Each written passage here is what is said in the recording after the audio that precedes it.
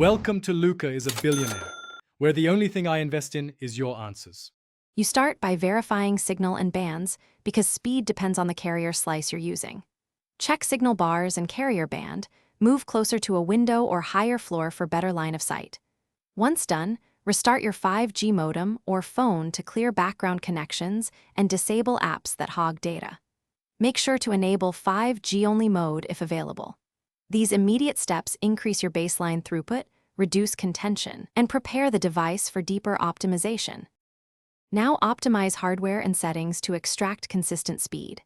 If possible, switch to an external 5G router or dedicated hotspot with better antennas. They capture weaker signals and stabilize throughput. Next, confirm your APN and set device to 5G only or prioritize higher bands to avoid fallback to 4G.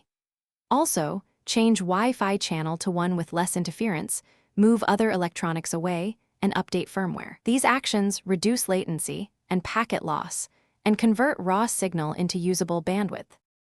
Finish with distribution and verification steps so you actually feel the gain. Use Ethernet or Wi-Fi 6 mesh to keep local network from bottlenecking the 5G feed and test speeds across times of day to spot congestion patterns. If speeds are inconsistent, mount an external antenna for directional gain and rerun tests. If problems persist, reposition the modem, try a different SIM or APN, and contact your carrier to check provisioning. That troubleshooting sequence isolates hardware, account, and coverage issues quickly. Thanks for watching and please subscribe. It's the best investment you'll ever make.